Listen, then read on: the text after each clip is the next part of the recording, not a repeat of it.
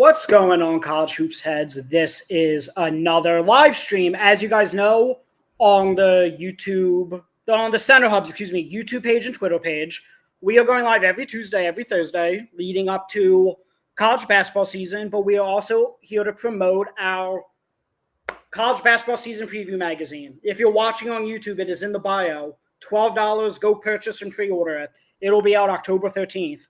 If you're watching on Twitter, you're clearly on the Center Hub's Twitter page. When you're done watching this, go to the pinned tweet, go purchase it. Same thing, $12. Pre-order, October 13th, it'll be out.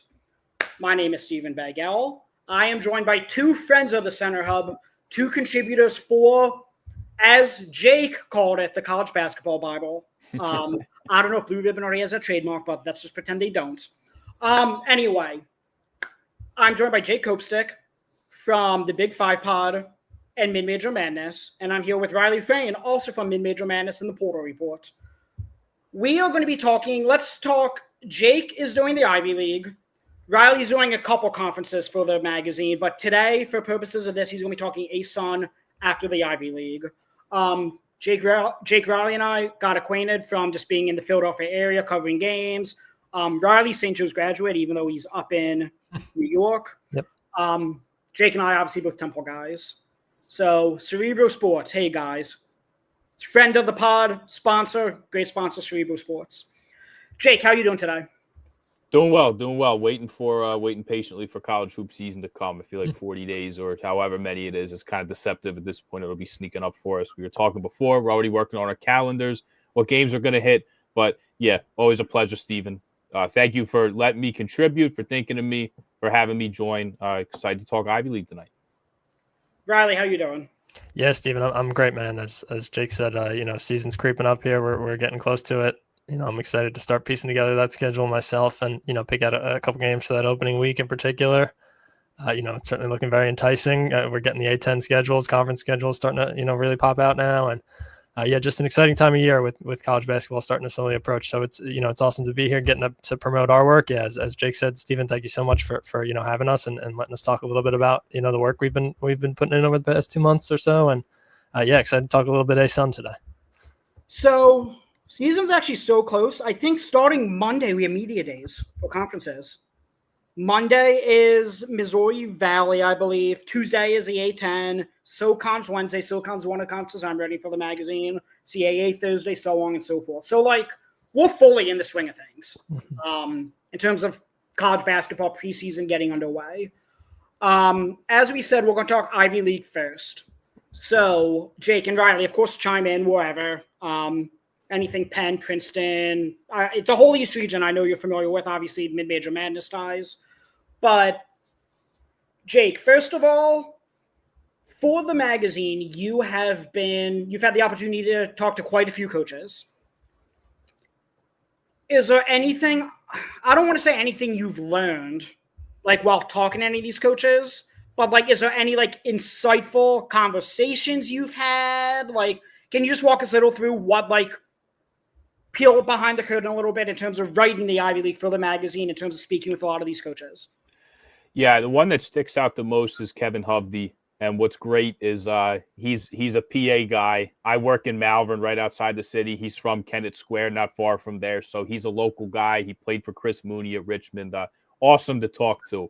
And he brings back a lot of guys. He brings in a lot of guys as well. And I think the coolest thing is about his roster talking to him is he brings in Ryan Sulis from Richmond, who I'll specify more when I get into speaking about Columbia. But Ryan Sulis comes from Richmond, who played for his former college coach at Richmond and Chris Mooney. And then he also brought in a player by the name of Hampton Sanders, who played at NYU for his brother-in-law and Dave Klatsky coming over.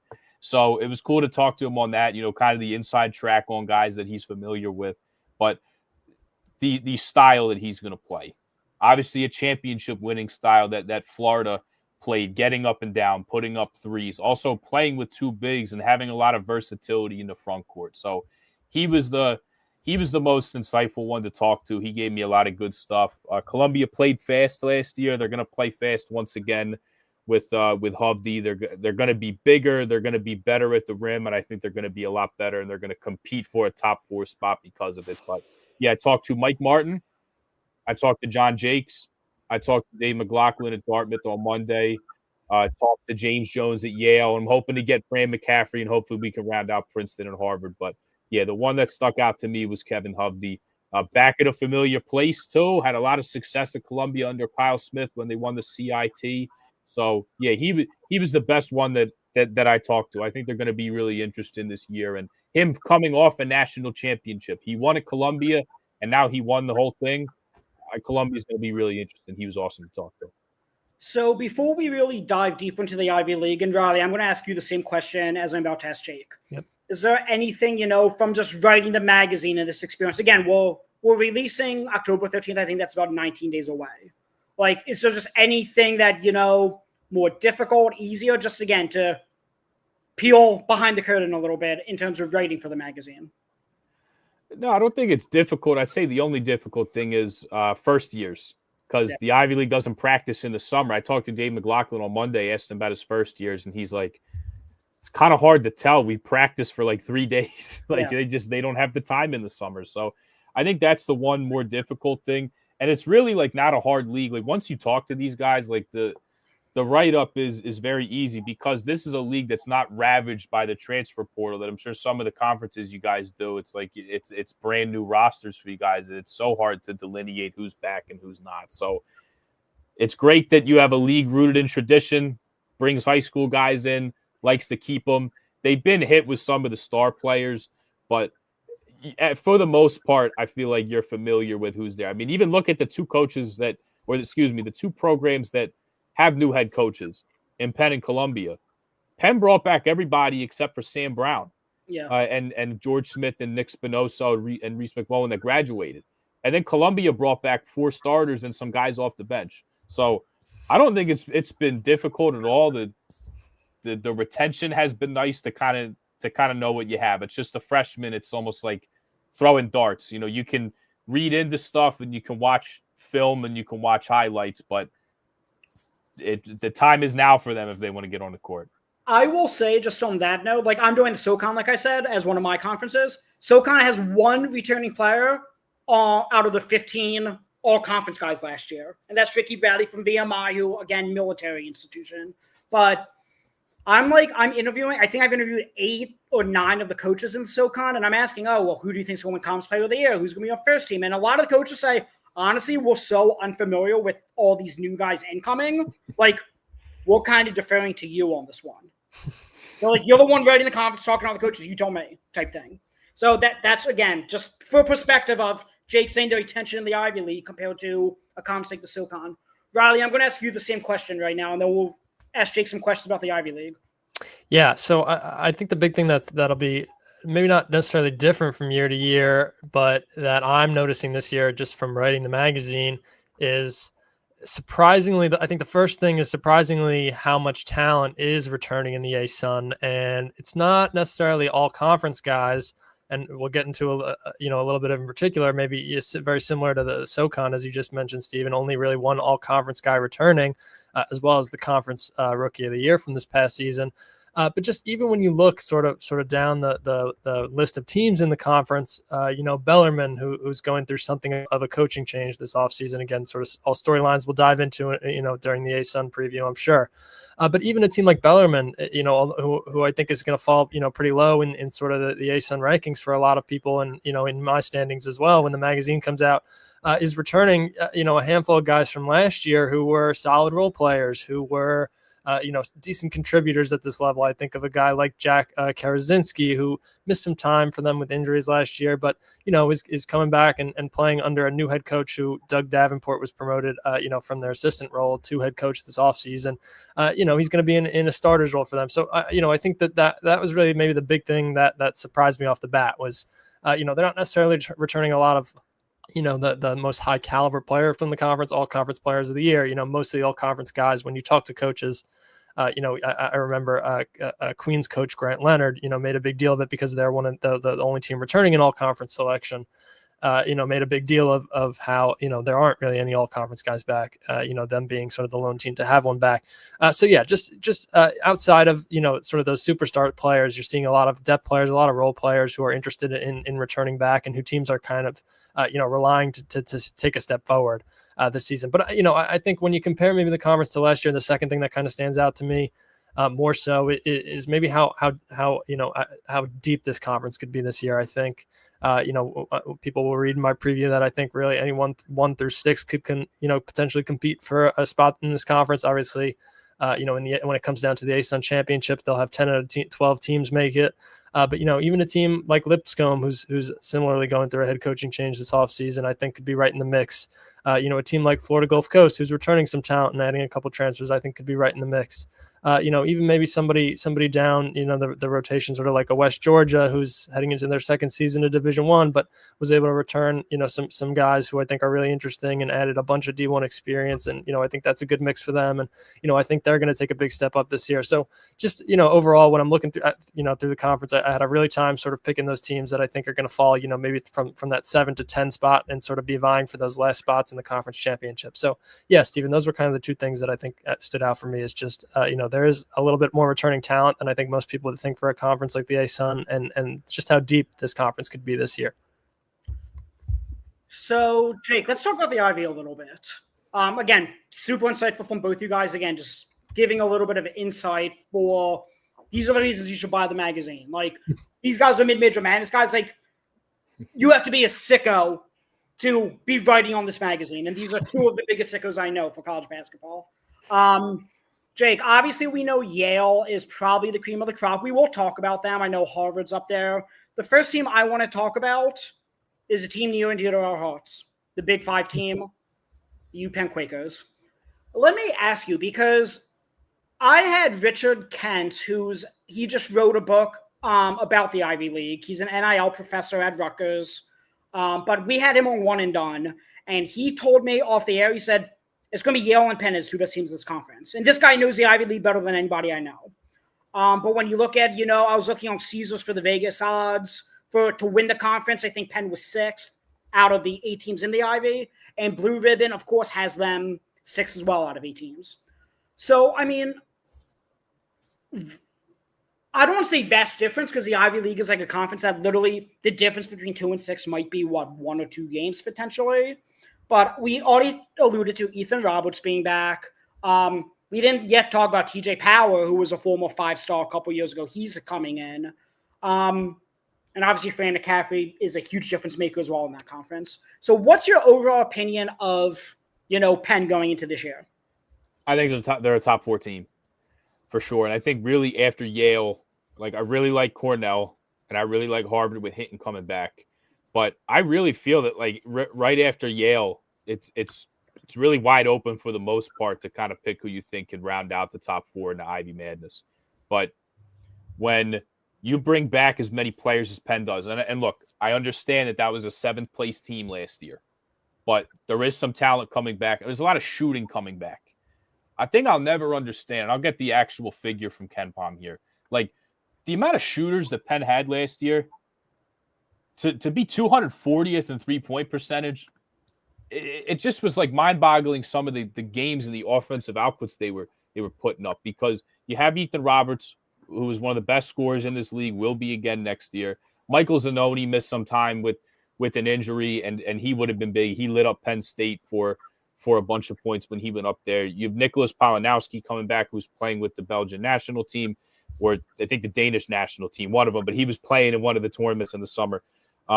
You bring in TJ Power. You bring in a guy like Lucas Luth, who I'll touch on a little later, who I think is going to be really good for them. But there's a lot of shooting here, and you just didn't see it last year. Yeah. And I think with Fran McCaffrey's up-tempo pace, wanting to push the speed of the game and the amount of shooters and spacing they're going to have with Ethan Roberts and TJ Power, like I think there's a top 4 team based on talent. They have a good freshman class coming in as well. I think Peyton Kamen is a guy you want to keep your eye on. Coming from the NEPSAC, he led that league in scoring. He just dealt with some injuries over his college career and kind of fell out of favor with people in the recruiting department. But he was actually Fran's first. Peyton Kamen's first, phone call came from Fran McCaffrey at Iowa, and he wanted him to come there into the Big Ten. And once he got his feet under him from his injuries, ended up committing to Penn and joining a big freshman class for him. But there's a lot of shooting. There's a lot of scoring. I just think there's two swing pieces for me. A.J. Levine as a sophomore at the point. I feel really good about where Penn is 2 through 4. The point guard is going to be a huge swing for them. Dylan Williams started last year, and then A.J. Levine ended up taking over. Both of them are going to come back. But A.J. Levine, he might not be the tallest guy, but he's fast. He's got a very well-built frame for only being a freshman last year, and he's super athletic. Just got to be a better decision maker, and shot under 30% from 3 last year. I think that could be, if he can dish it out to all the scorers and the shooters they have and be a better shooter himself, I think point guard is a big swing piece. And then at the center spot, we're on the center hub. You know who was a really good center hub last year was Nick Spinoza, as good as any passing big man in the country, not just in the Ivy or the mid-major level. So to lose him as well, lose an admirable rim protector at the same time, the center spot is going to be big. And I think TJ Power is going to fill that spot, and they're really going to spread people out, and they're going to put up a lot of threes. But there's talent. Obviously, a guy with Fran McCaffrey with that pedigree does not just come into this league often with all the experience that he has. So the play style, I think, is going to suit what they want to play faster, spread you out with all the shooting. But there's a ton of talent here. And again, I just want to touch on Lucas Luth real quick here because he comes in from Kirkwood Community College, 10 points a game. He's big, strong, athletic, and I think that's what Penn has been missing these last couple of years. And not only what you're going to see this year, but in Fran McCaffrey's upcoming classes, you're going to see a more faster athletic team as well, which I think is going to help them. It's what they've been lacking. But Lucas Luth, some versatility to play the 3 or the 4, maybe some small ball 5 if they want to go that small. But defense, athleticism, a little bit of shooting, I think is going to help them right away. They got to be an improved defensive team. And I know that maybe hasn't been Fran McCaffrey's strong suit. He's definitely regarded more as an offensive guy. But shooting, talent, the Fran McCaffrey effect, they're going to challenge for top 4. I certainly think they have the talent to be able to do so, even if this league is pretty wide open, in my opinion, at least, really after Yale. So, perfect segue.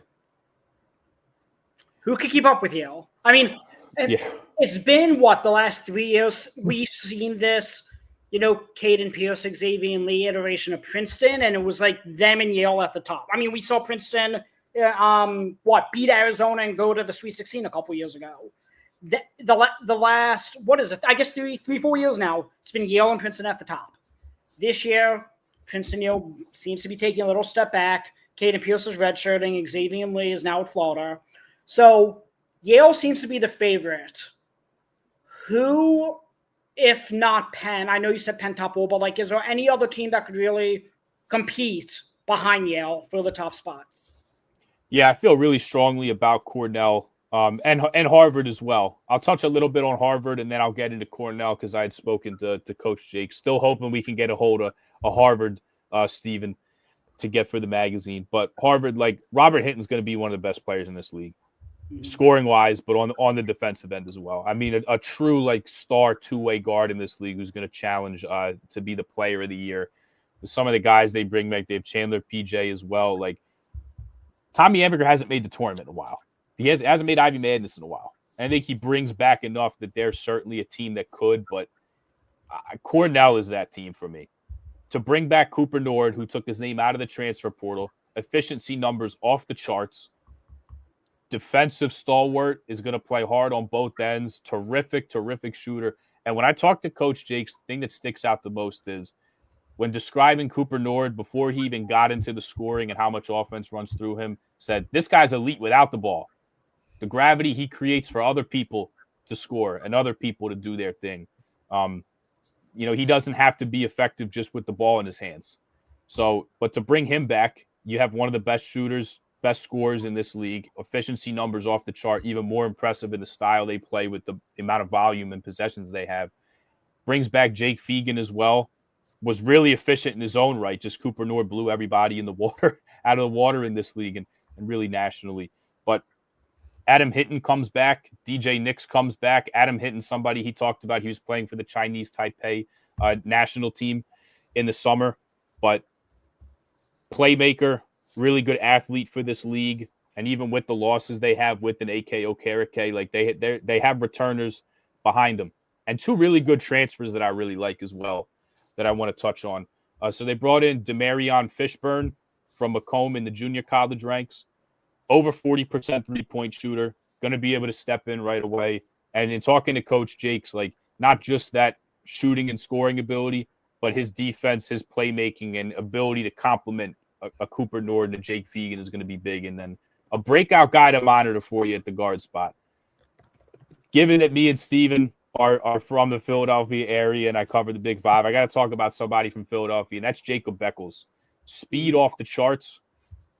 Going to be asked to do more this year, but with his speed and his first step, you can't even say he's a change of pace guard because they play as fast as anybody in the country. He's going to suit exactly what they want to do really well. But yeah, Jacob Beckles is a guy to keep your eye on. Like I see depth at the guard position. I see shooting, of course, that they have. But then lastly, I'll end with Casper Sepp from Valparaiso coming in. It's only 6'7", but this was one of the best rebounders in the Missouri Valley last year for Valpo, and plays bigger than his size. Also a guy that hasn't really been asked to shoot. He will be asked to shoot a little bit in this offense, but some playmaking and some handling as well. You think about Cornell, like those bigs are asked to do a lot. They're asked to shoot. They're asked to handle. They're asked to play make. So with the losses coming out for Cornell, I like the two transfers they brought in, and there's plenty of returners and retention. And this is also just a buy for John Jakes.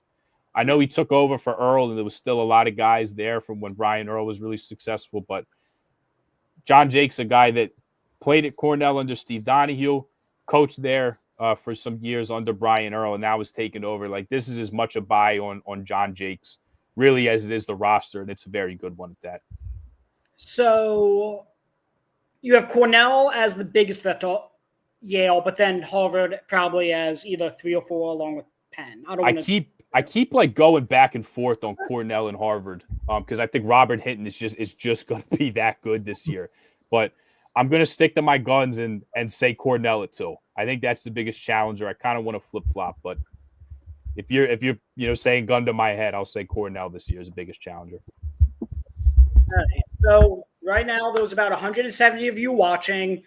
Feel free to drop in the questions either on YouTube or Twitter. Ask Jake anything about the Ivy League. We'll be talking with Riley in a couple of minutes to really dig into the ASUN as well. All 170 of you should go buy the magazine. Highly recommend it. That'd be a huge help towards all of us. Okay. Jake, I suppose I'll follow that up with, I know you said Robert Hinton, you're expecting to have a huge breakout year. Like, is there any, maybe sleeper player in the Ivy League that, maybe no one's talking about it right now, but by Ivy Madness, they're going to be a household name? I always feel like there's one. 2 years ago was Malik Mack. Obviously, he's now at Georgetown.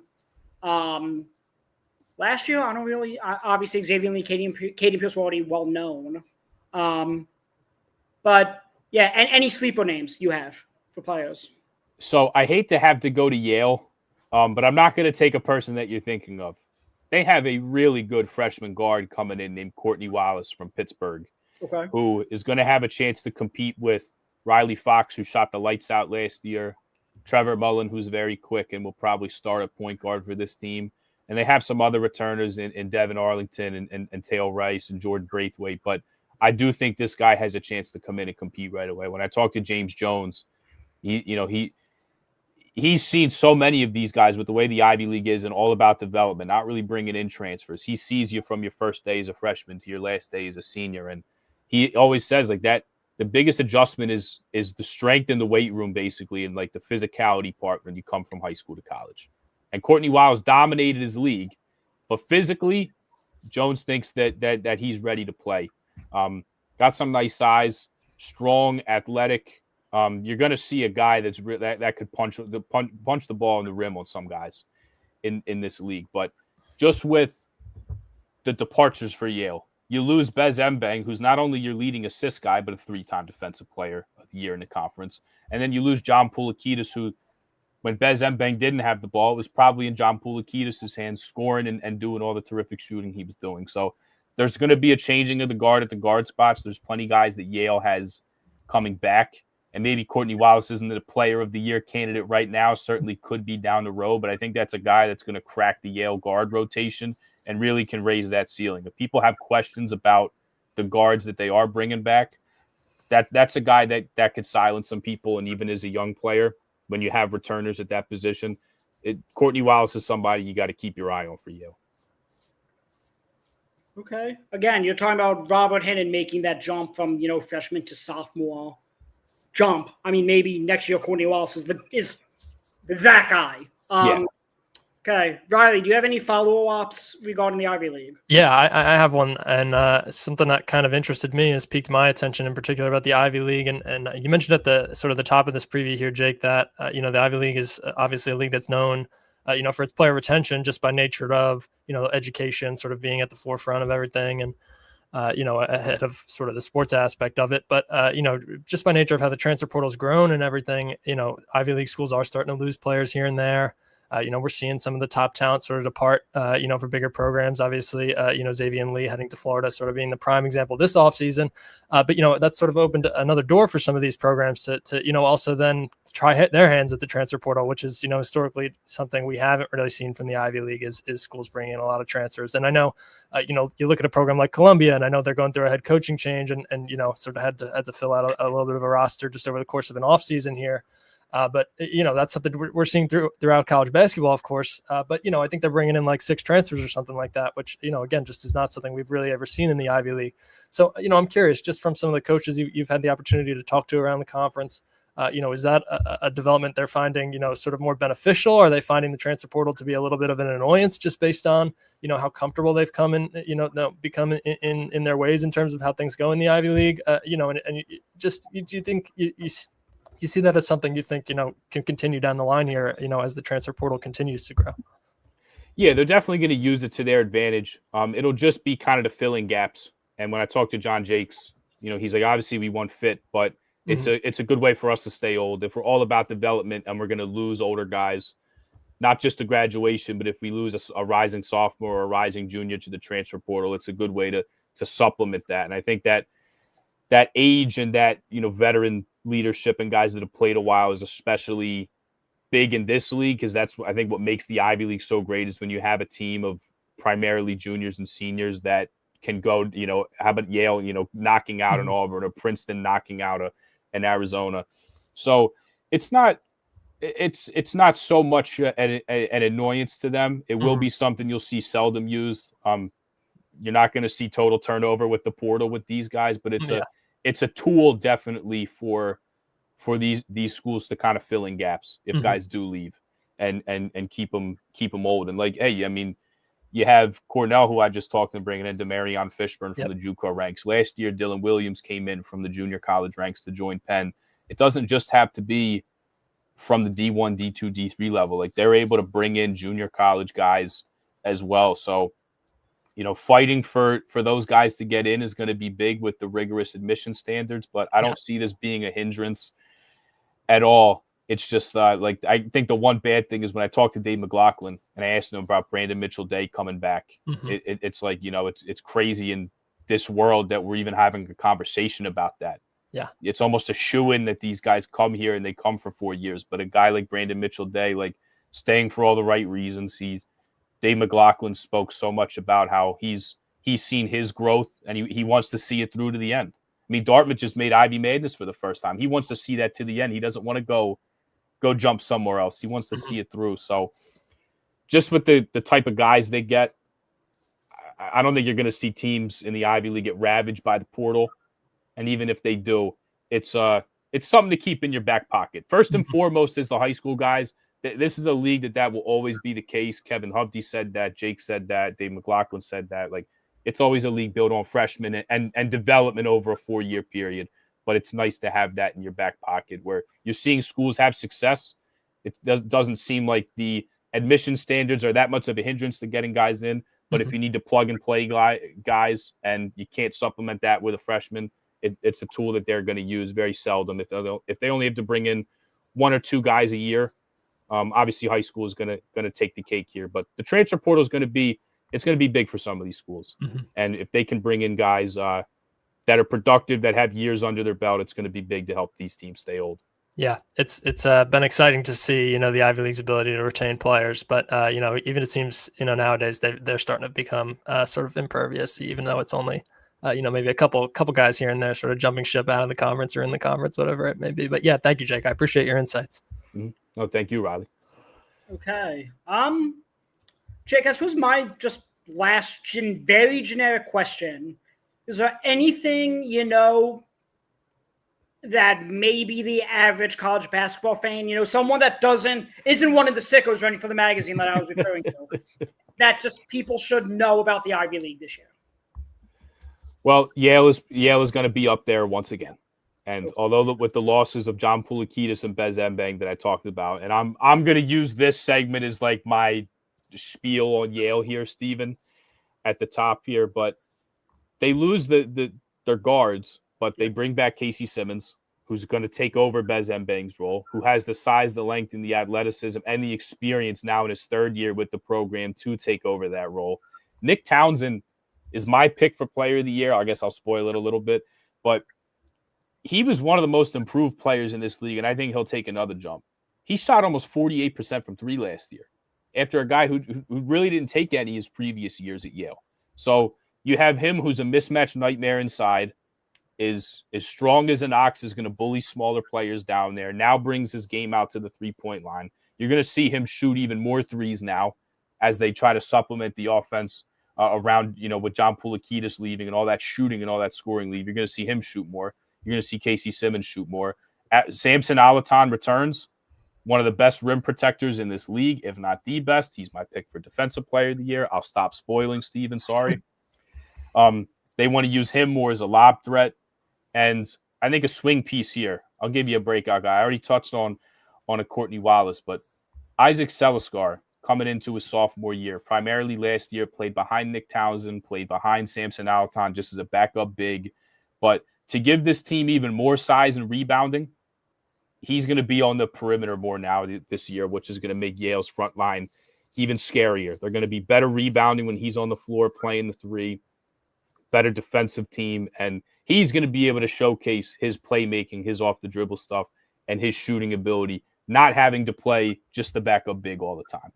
So, once again, Yale's going to be the cream of the crop here for the second time under James Jones, 13-1 in the Ivy League last year. I mean, just ran through this league once again. James Jones is as solid as anybody, and even with the losses, don't forget 2 years ago, he lost Matt Nowling. He lost Danny Wolf. That team beat Auburn, still got back to the tournament. So really doesn't matter who they lose. He's probably grinning ear to ear thinking about the guys he has coming in and his returners that are going to get better. That although they lost two of the best players in this league, who have been some of the best players in this league in Bez Mbang and John Poulikitis for 2-3 years, once again, this team is going to be the cream of the crop until somebody proves them otherwise. Okay. I think for the Ivy League, that's pretty much. I mean, Jake, I think you did an admirable job, describing the conference in whole without giving up too much. Again, okay. So I can't give my standings. Well, I think you already gave part of it. I gave part. Okay, we can save it. It's all good. We can save it. Let's just save the top four, right? Yale, Cornell, Harvard, Penn. Yes, that's what I think. Ivy Madness this spend year. the $12. Go support us. Yes.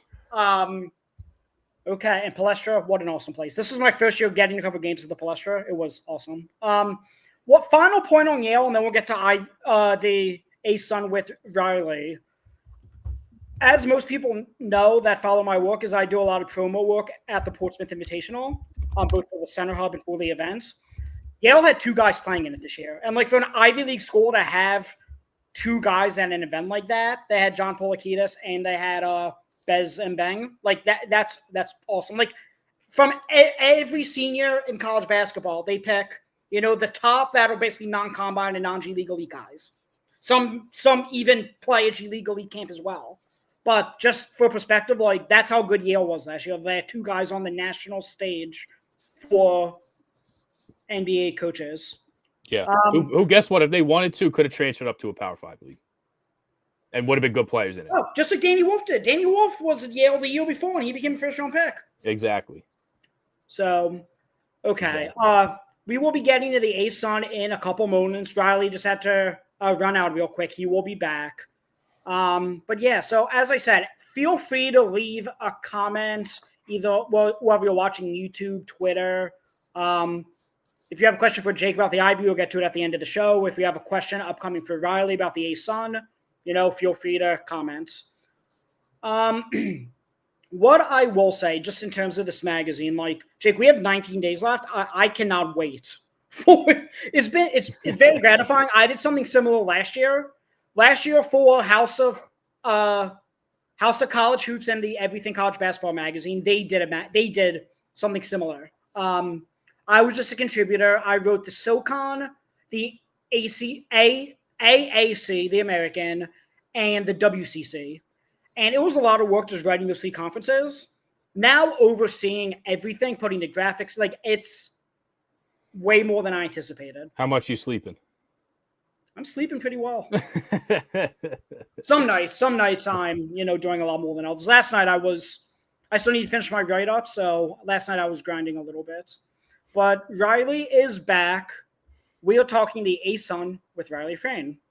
So Riley, it's funny, when you just mentioned the ASUN when we got started, you mentioned, it's a pretty deep league. And it's, I don't say it's ironic, but given, like, just for perspective, when we were putting together the magazine, Riley and I were talking, okay, is the ASUN a mid-major or is it a low major?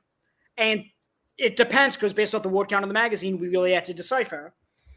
The ASUN is basically the highest low major, is what we decided. So not quite a mid-major, but the best of all the low majors. And I think, Riley, I forget which coach it was, but a coach you spoke with said, we're in a low major league. That kind of swayed you a little bit. Yeah.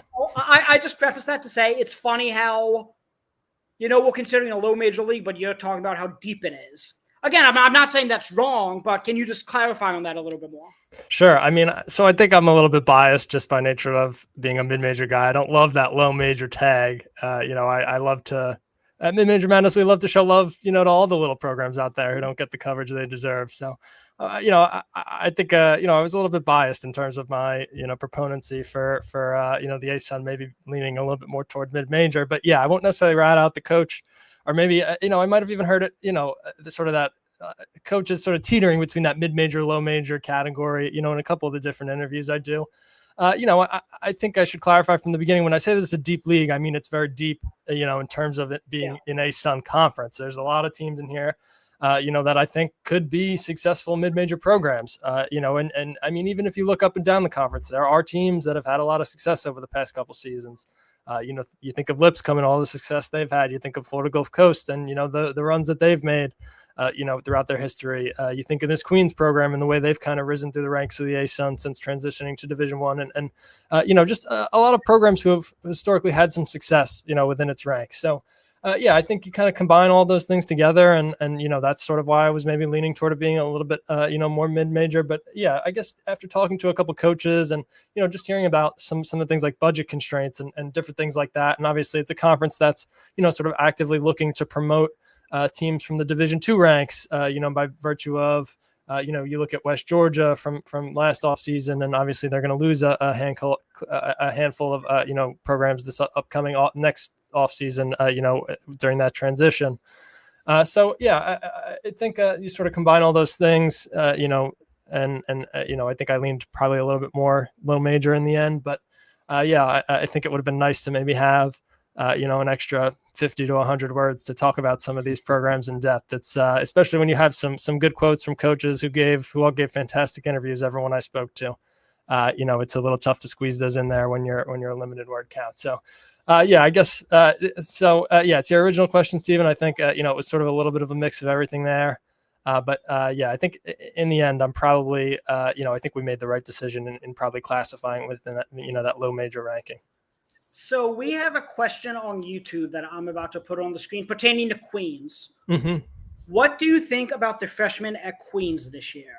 Oh yeah, I mean, let's dive right into it. And this is something I think I literally said to Coach Leonard, I would have been remiss not to ask about the freshmen this year. And I think the big thing for Queens, and that I feel like it hasn't quite been talked about enough, is that star point guard from last year, Bryce Cash, is no longer on the roster. We haven't quite received clarification on that from the program or anything like that. I don't think yet. So they're going to need some of these freshmen to kind of step up and be important pieces in the backcourt. So I look at Jordan Wofford, who is an incoming freshman, and I think he's an incoming 3-star. I think the highest rated, prospect in Queens history, if I'm not mistaken. And a guy that coach raved about, someone who they think could be, an instant impact piece on a team that's got a lot of veteran talent and that's returning some minutes as well. Now, again, I think that comes by virtue of, they're losing their point guard here this offseason, and he's going to kind of have to step up and be the guy if they really are going to be a team that competes this year, like I think they could be. But yeah, someone like a Jordan Wofford, I think, could be a huge addition for them. I look at another guy like Isaiah Henry, who was a very highly regarded prospect, from certain outlets as well. Brings a little bit. He's a little bit shorter at 6'4" compared to Wofford, who maybe is a little bit more of a ball handling guard or wing at 6'5". But another guy who, just by nature of they're losing a little bit of talent in the backcourt here, they need to pair somebody beside all conference returner Chris Ashby. So I think Jordan Wofford is kind of going to be their number one guy, as based on his income pedigree, just based on some of the things that Coach Leonard sort of had to say about him and his game and how he thinks he could be so impactful as a freshman. I see a guy like an Isaiah Henry sort of down the rotation, being an impactful piece as a freshman as well. And, maybe even being the number 2 sort of backup to Jordan Wofford coming off the bench this season. So yeah, to this question here from I think it's Eric, we're going to need some of these freshmen to be really impactful here for Queens this season if they're truly going to be as competitive as, I think if they're going to take a jump up to being one of these top 4-3 teams here this year, they're going to need these freshmen now to be really competitive pieces here. So yeah, I'm looking at those guys like a Jordan Wofford, like an Isaiah Henry to kind of be impactful here to get some consistent minutes throughout the season. So then my question from that is, Jake just, alluded to it being Ivy and then basically the rest of the field in some order. Yale in the Ivy. Yale in the Ivy, and then the rest of the field in some order 2 through 8. Is there a team? I know we just talked about, the depth of this conference, Riley, but is there, it might be Queens is the answer. By the way, Eric said, thank you for that. Eric, we appreciate you listening and watching. Is there a Yale in the ASUN, which is what I'm getting at, or is it just wide open? No, I think it is a little bit wide open, and I'm going to steal sort of a quote from our Mid-Major Madness ASUN preview here, but I think any of these teams, maybe 1 through 5, maybe even 1 through 6, can be really competitive here. I think in my preview, and I won't spoil which team it was, I don't necessarily have to talk about them in the order 1 through 6 here, but even the team I have in 6th seed, I said, despite maybe a little bit of a coaching change here, that this is a potential dark horse candidate. Then I have them in the 6th seed in a conference with 12 teams. So, that's pretty much middle of the pack. Just based on the standings and stuff like that. But yeah, I look at the top half of this conference. I think it's really strong. And this sort of goes back to my initial point from the opening where, I talked about the depth in this conference. I really think, there are maybe 8 or even 9 teams who are not necessarily going to compete for that top spot, but, are going to be a lot better than they were last year and can be a little bit improved this year. I look at that top 4, maybe top 5 in particular, teams like in Eastern Kentucky, who's not only returning a handful of talent, but probably had the best transfer portal haul, in the class. And according to 247, has the highest rated incoming freshman. So, I think that's a really good mix. And, I definitely have them high up in my rankings. I touched on Queens, but, they're returning an all conference selection as well as a handful of other guys that they're kind of expecting to take a step up this year. Given all those guys do, and, they maybe get some competitive minutes from the freshmen here, that's a really good Queens team that's, again, returning an all conference selection. And that's sort of an easy recipe to be competitive. You look at a North Alabama, and again, back to my opening, I talked about how some of these teams aren't necessarily returning all conference guys, but returning a handful of competitive role players and minutes from last year. And this North Alabama team is going to have back 4 guys who were all playing, 15, 20 plus minutes a game this year. And, a guy like Dallas Howell, who was really strong for them last year, averaged double-digit points. He goes down with injury really early in the season. They're going to have him back healthy this year. They're going to look for him to be, a potential all-conference guy this year, 100% healthy. Mentioning my 4th seed as well, you look at this Austin P team who, not necessarily returning an all-conference guy, but returning the all-conference rookie of the year, which is a huge deal in Tate McCubbin. We talked a little bit about that freshman jump with Hinton and at Harvard, and he's another guy, Tate McCubbin, who's gonna, they're gonna expect him to take a little bit of a jump here from his freshman to sophomore season. And on top of that, returning some other experienced role players, Anton Brookshire, who's a graduate senior here, and Quinn Lax, who's a graduate senior, and both of them were starters at different points for this Austin P team. And then on top of that, adding a really deep transfer class as well, an underrated transfer class, that Austin P team, just by nature of adding a couple D2 guys, a couple NAIA guys. I think this is a conference where it's unique because they're scouring really all levels of college basketball to find talent, and they're finding really talented guys who can compete at this level. That's, you talk to any of these coaches around the conference who are bringing in guys, whether it be D2, D3, JUCO, NAIA, and, they talk about how it's a conference where guys can come in from those levels and be competitive right away, and how valuable just their experience can be compared to maybe having to start a freshman. Just to your original point, Stephen, I don't know if there's necessarily a runaway Yale this year. I definitely have, a favorite and maybe a number two, sort of a 1 and 1A, if you will, that I really like this year. I think maybe even out of that top five, I'd even dare I say top six is going to be really competitive. And, I think it's sort of jump ball, so to speak, up for anyone, up for anyone to grab. And I think it's really deep this year. I think, there's an interesting amount of talent returning. I think that's going to make for sort of an interesting 1 through 10 here when we get down to, conference championship time come March. So I do have a follow-up, and Jake, actually, I have a follow-up for you as well that I forgot. I was so focused on not giving away too much that I realized we didn't give enough. I'm going to ask you guys both the same question. Who is the preseason conference player of the year? Riley, I'm going to start with you because last year, I don't even know if he won conference player of the year last year. Robert McCray from Jacksonville last year. Mm-hmm. I don't know if he won conference player of the year, but I do know he's at Florida State now, I believe. He was at Wake Forest. I'm not sure where he's at now, but yes, he's gone this year. But he was just an all-conference guy last year. Okay. I think he ended up coming a little short. But from who won last year? Lipscomb? Florida State. You are right, though, Stephen. I'm sorry. Okay. But either way, when I think of the ASUN last year, that's who I think of was Robert McCray and Jackson. Yeah. Lipscomb was awesome. Obviously, Acuff's at Stanford now. Who do you think out of, you start about this team to maybe 5-6 teams at the top? Which player specifically do you think, deciphers himself? Sure. Just to mention it first, though, last year's player of the year, Jacob Ogunavelichek from Lipscomb. He's at Washington now. Yes, led them to the NCAA tournament. So, to your point, a lot of guys sort of transferring out in that all-conference range, that are getting high major opportunities. Even I mentioned it in my preview here. Even you look at North Florida, who's going through a coaching change and was losing a ton of talent, this offseason. And I have sort of projected a little bit lower in my standings. Sent 3 guys to the high major ranks this past offseason. So it's a talent where guys can come to develop and find success at the high major level. I think the all conference, conference player of the year pick for me was pretty simple, just because I've talked about him a little bit. He's the only player that was all conference last year that's returning. And, when you talk to Queens coach Leonard, how big a deal that is to have literally the only guy who was all conference player of the year last year returning. Is a huge deal. So I picked Chris Ashby from Queens as my player of the year pick heading into the season.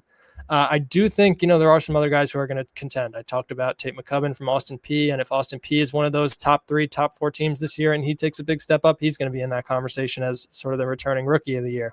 There's a handful of guys who are coming into the conference that I think are going to be in that conversation. I spoke to A.W. Hamilton from Eastern Kentucky, who I have in that top 4 conversation in my standings at the moment as well. And he talked about Amar Knox coming over from Alabama State, who was an all-conference selection in the SWAC.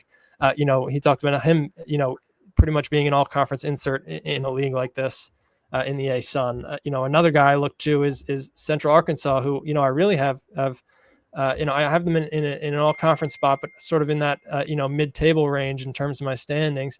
But even them bringing back, I'm thinking of Cameron Hunter, who, started his career at Central Arkansas, ends up being all-conference conference rookie freshman of the year there. He stays for a second year. He ends up being all-conference third team, I believe it was, or all-conference second team, and he transfers on to Wisconsin and doesn't necessarily get the minutes he wants there. Central Arkansas bringing in a new coach last offseason in John Schulman, and heading into his second season, is able to, sort of sway Hunter into returning to Central Arkansas, and obviously him being a former all-conference player, in the ASUN, we'll definitely put him in the conversation potentially, for that first team, if not conference player of the year. Say Central Arkansas goes on to have, a very good season and he sort of leads them, to really improve on last year and their struggles there. So, yeah, I think the outright favorite right now, Stephen, to your question, it has to be Chris Ashby, just by nature of him being the only, returning all-conference player here. But there's a couple other guys who I definitely had to debate with for a little, who I think could make big push this year, and a couple transfers coming into the conference that are definitely going to make some noise as well. Jake, same question for the Ivy League. Is there one player that stands out, or could it be multiple? I think there's a pretty almost dead set kind of first team in this league. I think four that stick out: Ethan Roberts, Cooper Nord, Robert Hinton Jr., and then for me, my player of the year is Nick Townsend, who's going to lead this team in scoring, who I think is going to be the best team in the league. You know about his post presence, how he can score down low. If you switch anybody smaller onto this guy, it's barbecue chicken. It's game over for you. He's going to score on you down low. Going to grab a bunch of rebounds, and again, improving to a 48% 3-point shooter last year. Now that's only on about 2 attempts per game, and he's going to take more, and his percentage probably won't be 48%.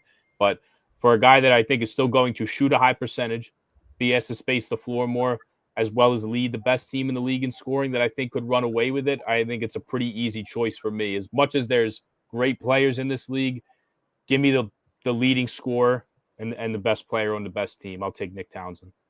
And Yale, we just talked about it, their player development with Danny Wolf and Bez Mbenge. Excuse me. Obviously, John Polakidis, we said last year, just player development, it matters. For what it's worth, our guy Ethan Roberts at Penn is the leading returning scorer in the Ivy League this year. Shout out to Ebo. Okay, Riley, going back to your point, I just wanted to get Jake's perspective as well on the Ivy League for player of the year. You just mentioned Central Arkansas, with Sean Shulman. That was, I think, one of the first interviews you did for the magazine, and you sent it to me. Boy, for a program that just does not have traditionally much success year over year, he got me excited for this team. And this, again, I'm just looking blue ribbon here. They're ranked 11th out of 12 in the projected standings.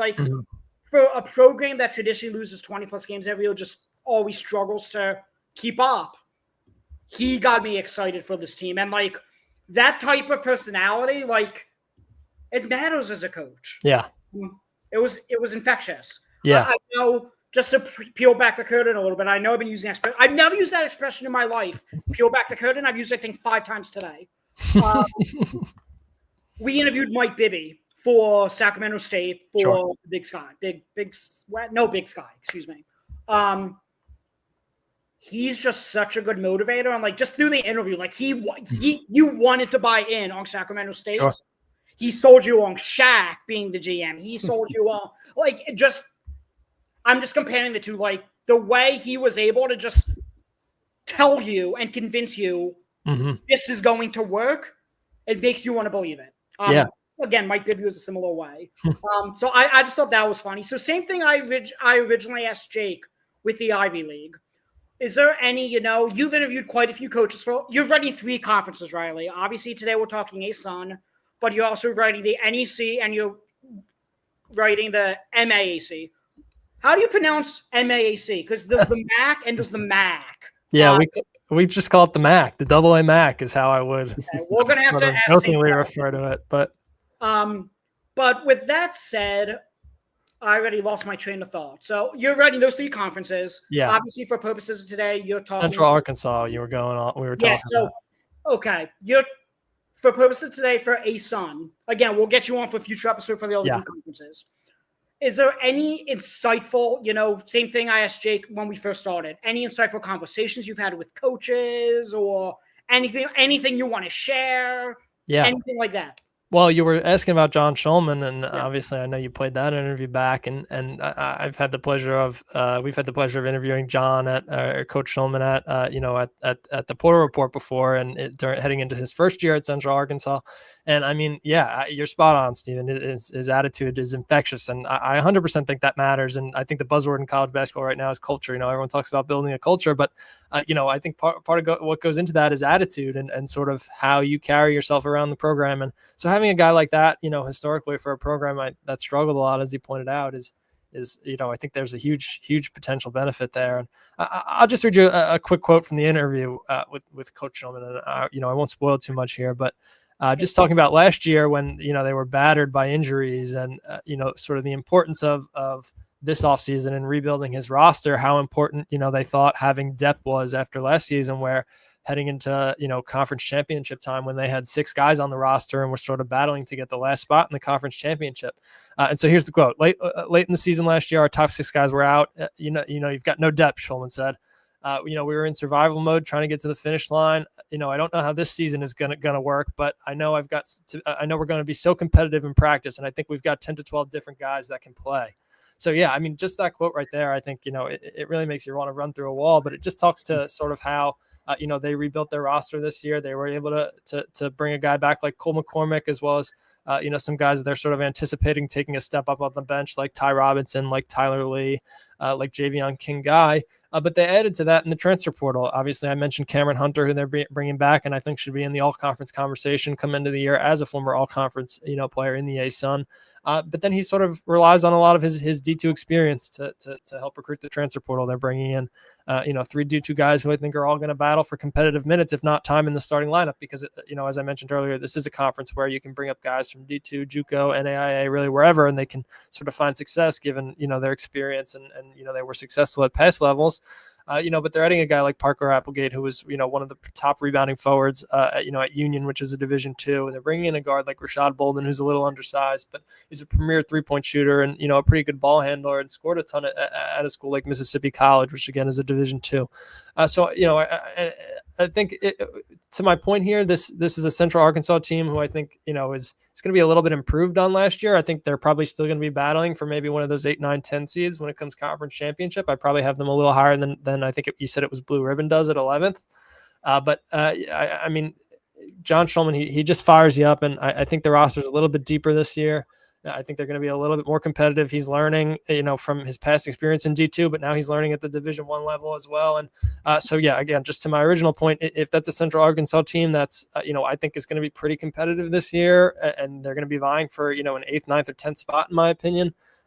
This is a conference that could be pretty deep. So, just a team like Central Arkansas, again, not to give away too much of my rankings, but, a team that's a little bit further down the totem pole, still returning some talent, and then learning from what they've done in the past. And, maybe just another team I'd love to add and touch on a little bit is, another West Georgia, who I talked about briefly in the opening, sort of transitioning from D1 to D2 last season. And obviously they won't be, postseason eligible just by nature of the NCAA's rules, and this only being their second year. But their head coach, and Dave Moore, who I've spoken to a couple times for my work at TPR, and obviously now for the magazine as well, it seems like they're learning a ton over there as well.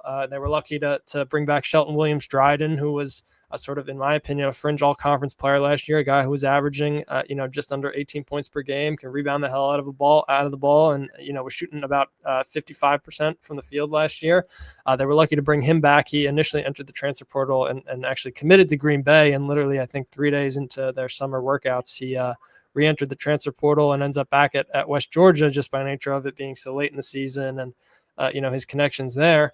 So, being able to retain a guy like, I say retain, obviously he entered the transfer portal, but being able to have a guy like Shelton Williams-Dryden for another season, who was, in my opinion, if the ASUN did all conference honorable mentions, I think he would have been a guy right in that conversation. And then on top of that, retaining 2 more guys who are going to be key starters for them, and Colton Griffin, and he has a ton of experience, and a guy like Malcolm Noel, who is a senior guard for them, and followed them up from the Division II level, and now has a year of experience at this level and is going to be pushed into the starting lineup for them. So I think this West Georgia team was interesting because they're able to retain a couple guys, but then, as I mentioned sort of in the opening on West Georgia, they've learned from this, their first year in the Division I level. And Coach Moore talked about how the biggest thing for them this offseason was trying to find guys. They felt like last season the thing they were lacking the most was experience at the Division I level. They had a competitive team that they felt like could be competitive at times, but they struggled in ASUN play, sort of transitioning to the level. And so to sort of offset some of that this year, they were very active in the transfer portal looking for guys who had some experience at this level. They're going to bring in a guy like Maja Zucic, who from UT Martin, who averaged almost 8 points per game there and can be, is a bit of an oversized wing and could be a matchup nightmare in a conference, like the ASUN, but is also a really good 3-point shooter, a very solid defensive player. They're adding a guy like Javar Daniels, who's 6'10", and Coach Dave Moore, raved about just sort of his size and athleticism. And even on the website, they have him listed as a guard forward at 6'9", 6'10". So, I just think that speaks to, an interesting player and his experience at the D1 level. And just a couple more guys like Chad Lewis from San Diego, and Josh Smith from NC Central, who spent some time there, was really competitive 2 years ago and battled some injuries this year. And a guy like Micah Smith from Georgia Southern. So, again, a West Georgia team that, I probably have sort of, a little bit below that 5 or 6 conversation, but still within that conference championship team. And, again, a team that's, number one, returning a potential all-conference guy in Shelton Williams-Dryden. They're bringing back some more viable minutes with 2 more starters. They added a handful of experience in the transfer portal that I think is going to play really well in a conference like the ASUN, where, guys can kind of take a step down from a conference like the American or the Sun Belt or, whatever it may be, and find some success.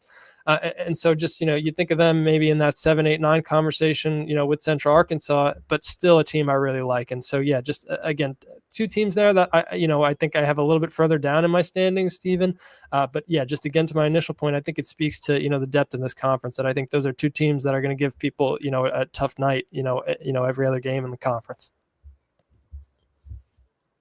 Okay, then sorry, my dog is terrified of the rain. She hates thunder, and every time it rains, she affiliates rain with, oh my God, it's going to thunder. So we have a new puppy over here, Steven, so we're dealing with that. She's adorable, but I got you. My one final question is, and then if anyone has any YouTube questions, or Jake, if you have any follow-up for Riley. Riley, very briefly, I wanted to talk about Kevin Carroll, Lipscomb's new coach. Yeah. Obviously, Lenny Aikoff, pretty late in the coaching carousel, I would say, took that Sanford job when Bucky was poached from for A&M. He was at Trevecca last 2 years. He's a former Lipscomb assistant. He actually was under Dan Earl at VMI, and that's how Chattanooga, where Dan Earl is now at, was able to get Jakari Johnson, who was at Trevecca last year at the D2 level. I spoke with Chattanooga's associate head coach, and I'm a little intrigued by Coach Carroll, making the jump to Division I. So I know you had a chance to speak with him. How was that, and anything to add on Lipscomb? Yeah, absolutely. I mean, it's a really interesting situation. You pointed out how late it was in sort of the coaching cycle, and I still think Lipscomb did pretty well roster-wise this offseason. We'll get into that in a second here. But, I think it felt sort of like a passing of the torch going back to one of their former assistants going back to one of Cuff's former assistants, who had a ton of success in a head coaching position. I think the big thing in a conference like the ASUN is you want somebody who's had some success in a head coaching position, who has that experience, whether it be, we see a lot of programs in the conference, bringing up coaches from the D2 level and finding some success. John Schulman's a good example, his time at Alabama Huntsville and everything they did there. And Kevin Carroll feels like the next example. I touched on it a little bit in my write-up, but he's sort of led Trevecca and Nazarene to one of their most successful periods in school history, if I'm not mistaken. He led them to their most wins in school history as a head coach in just really, I think, 2-3 seasons with the program. But yeah, I think the one thing when you talk to him and when you look at this roster is, well, first, just by nature of sort of his connections with Coach Cuff, his connections with the program, having been there really not too long ago, just 2 or 3 years ago. Excuse me, I'm blanking on the time frame a little bit, but I know fairly recently ago, this Lipscomb team is able to retain some guys, like a Charlie Williams, who played pretty solid minutes for this team last year. A guy like a Grant Asman, who is a graduate senior and is going to have to be, a pretty instrumental part of this starting lineup in the front court this season. Down the bench, they're going to have a guy like Miles White, who, played as another senior who played really solid minutes on that regular season championship team that goes on to win the conference championship and make the NCAA tournament. But yeah, so all guys who 3 guys there I just mentioned who play solid minutes for them last year. But, the other thing when you talk to Coach Carroll is how much he's sort of relying on his experience from the D2 level to build out this initial roster. And I've touched on it a couple times here, but, this really is a conference where guys are coming just by nature of the growth around the transfer portal and everything that's happening there. This is a conference where guys are taking that jump from the D2 level and finding a lot of success and sort of using it as a platform to then maybe get an opportunity, a little higher up the pecking order and sort of, increase your chances at, whether it be going pro or, whatever you want to look to do post career. This is, an ASUN is a conference where, that could happen for a lot of guys. So Coach Carroll sort of taking note of that and, being a guy who was at Lipscomb before is now relying on his experience at Trevecca Nazarene the past couple of years to help build out this roster. And so you look at the group and, the guy who, most people maybe don't know, but really jumps off the page for me and that, Coach Carroll raves about is, Ethan Duncan, who started his career at Texas Tech. He heads to Lubbock Christian, which is a Division II. He plays for his dad there, who's a very, well-respected Division II college basketball coach and has had a very respected career coaching, there at Lubbock Christian. And Ethan Duncan goes on to win Lone Star Conference, Player of the Year, which is the Division II conference that Lubbock Christian is in. Now he's coming up to Division I and has some high major experience, having played a little bit at Texas Tech, having practiced with those guys. He goes on to play at the D2 level and, has obviously an incredible year, a well, rewarded career where he was, he was selected for a ton of accolades. Now he's coming back to the Division I level. You have to imagine in a conference like the ASUN, it's sort of, the right fit for his game. Sort of following Kevin Carroll over from Trevecca Nazarene, a guy like Mateo Esmeralda, who not only was one of the premier point guards in all of Division II, but can really score the heck out of the ball. I mean, the guy averaged almost 11 points per game and 6.5 assists per game. So, a guy who they're going to rely on to be a playmaker and provide a little bit of scoring. But again, in a conference like the ASUN, that's this is viable, bringing up guys from the Division II level who can find success.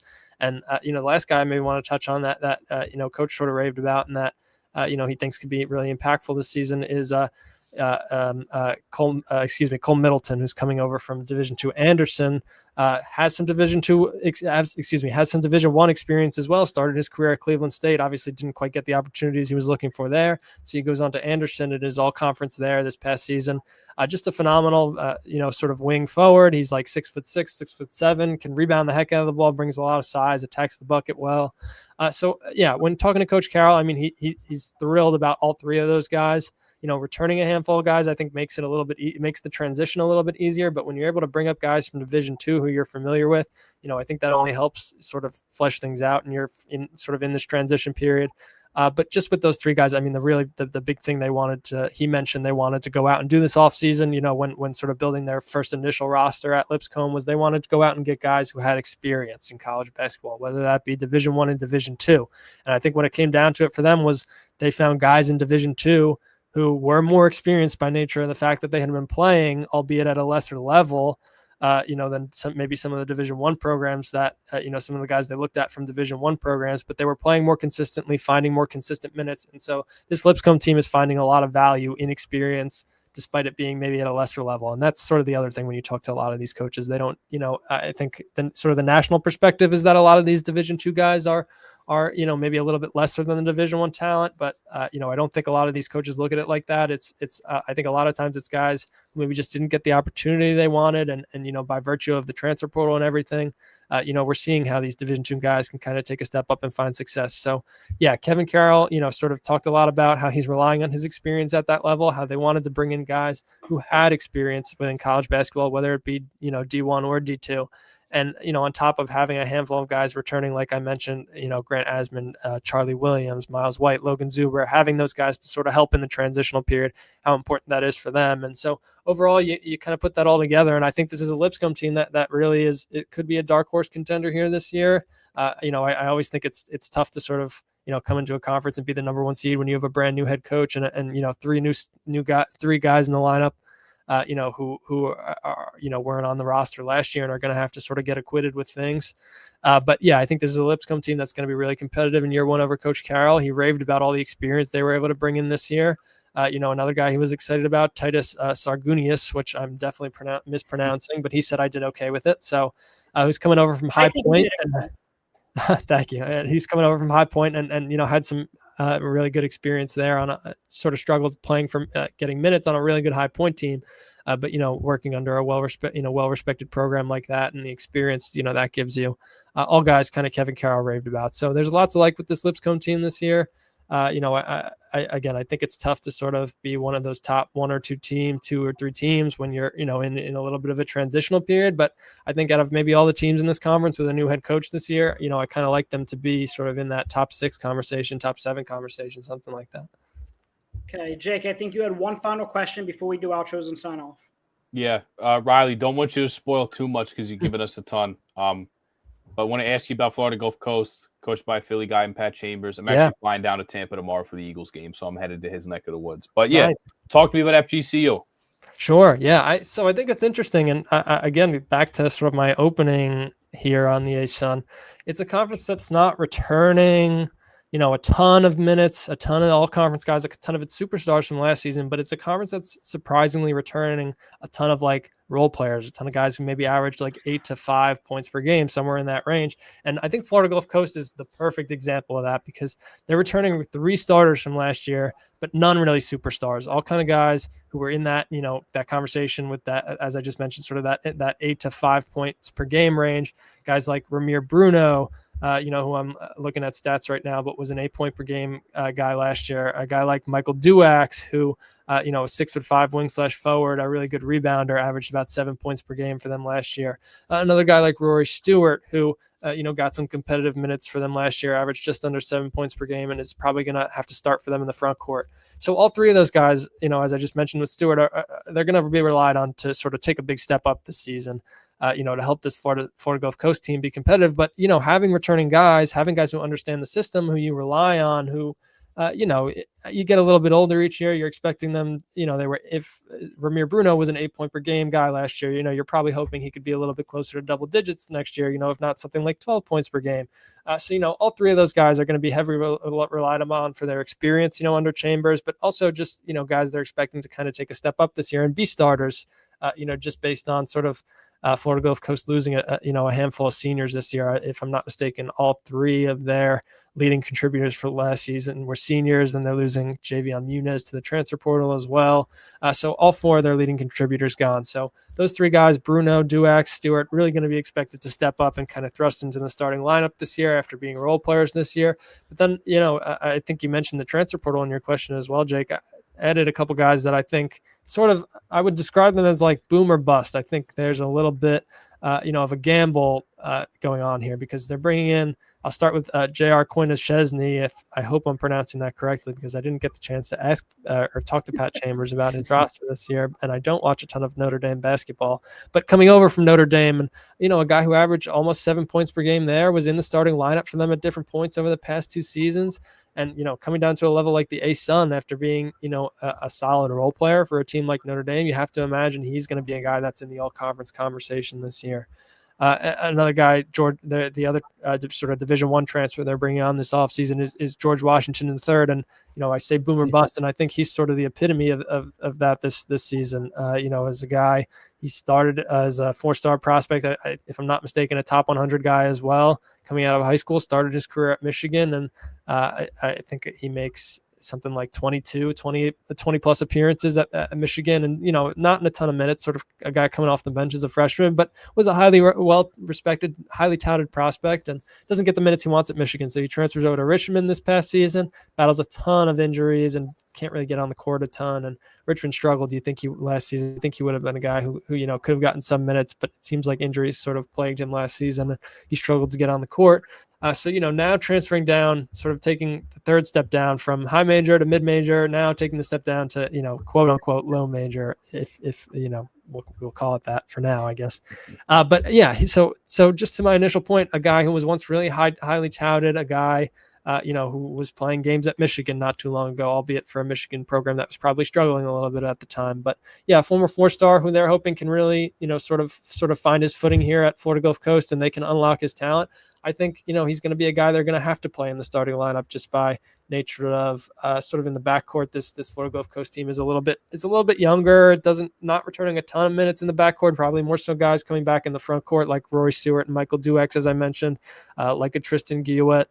I'm really interested in this Florida Gulf Coast team. I think the ceiling is high. Again, going back to, I called it boomer bust. I really do think the ceiling is high with guys like J.R. Koinashevsky, with the George Washington III.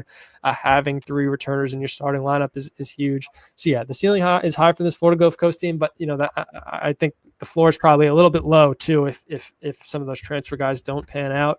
This isn't the deepest Florida Gulf Coast team. I think 1 through 5, they're very talented. And in the front court, they bought in an interesting NAIA transfer in Isaiah Malone, who will probably get some starting minutes at some point this season.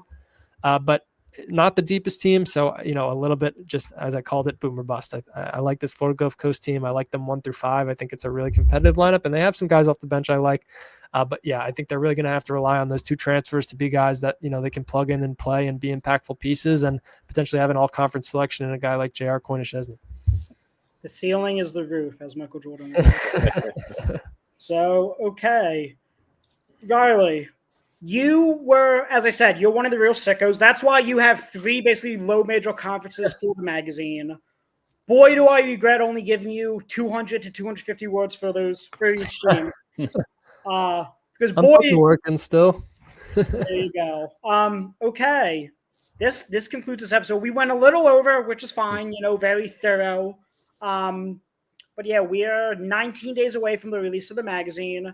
Go purchase. Again, if you're listening to YouTube, it is in the bio. If you're watching on Twitter, it is our pinned tweet. $12. Please. Not only, just support us. I'm not doing this for the money. I'm doing this because I'm a sicko, like I said. But these guys, Riley, Jake, all the guys at the Center Hub, they work way too hard.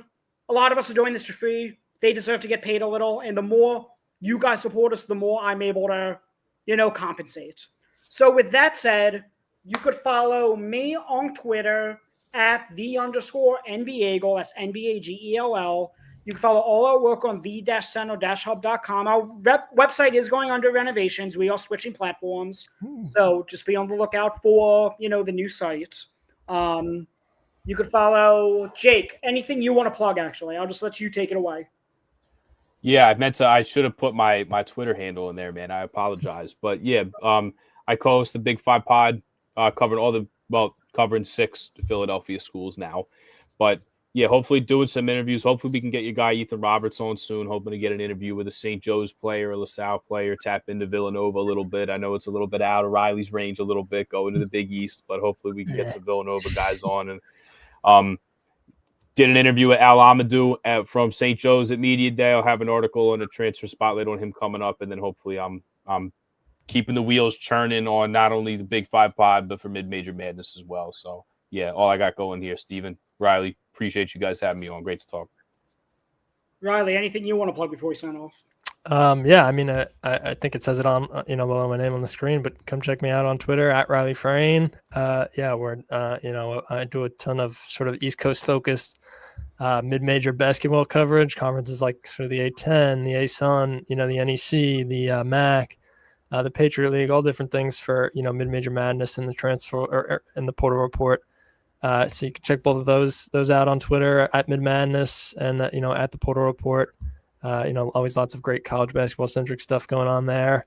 A handful of conference previews coming out before the season. Outside of my work for the magazine here, and just a lot more stories to come with the season heating up here. It's an exciting time of year, as we said at the top of the show. So yeah, thank you, Stephen, for having me. Jake, always great to see you as well, my man. And just looking forward to being back to talk some NEC and AA MAC. In the next couple of weeks. AA MAC it is. For what it's worth, final point, then I promise we're signing off. Before we started recording, we were talking about games we were covering, and Riley said, I want to do St. John's season opener. I said, against Alabama? Alabama's that Saturday. First Saturday college basketball. He goes, no, I don't care about Alabama. It's Quinnipiac. Oh, you know the name? I can't even pronounce the name of the school correctly. Quinnipiac. Quinnipiac. Okay, so combine the two that I said. I was talking to head coach Tom Pecora the other day. A very exciting opener for them. He's a New York guy who grew up, I believe, in Queens or the Bronx, one of the two. So he's excited to be back home in St. John's for the opener. I think that'll be an exciting game for them. So yeah, but just to prove that these guys are sickos, in case you didn't believe me, the first 4 times I said it.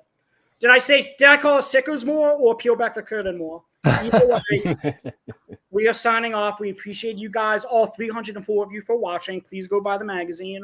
And I will talk to you guys again every Tuesday, Thursday, 7 p.m. We will be live. Next Tuesday, we are doing Big Ten and Big Sky. So be on the lookout for that. And I will talk to you guys on Tuesday. Thanks for watching.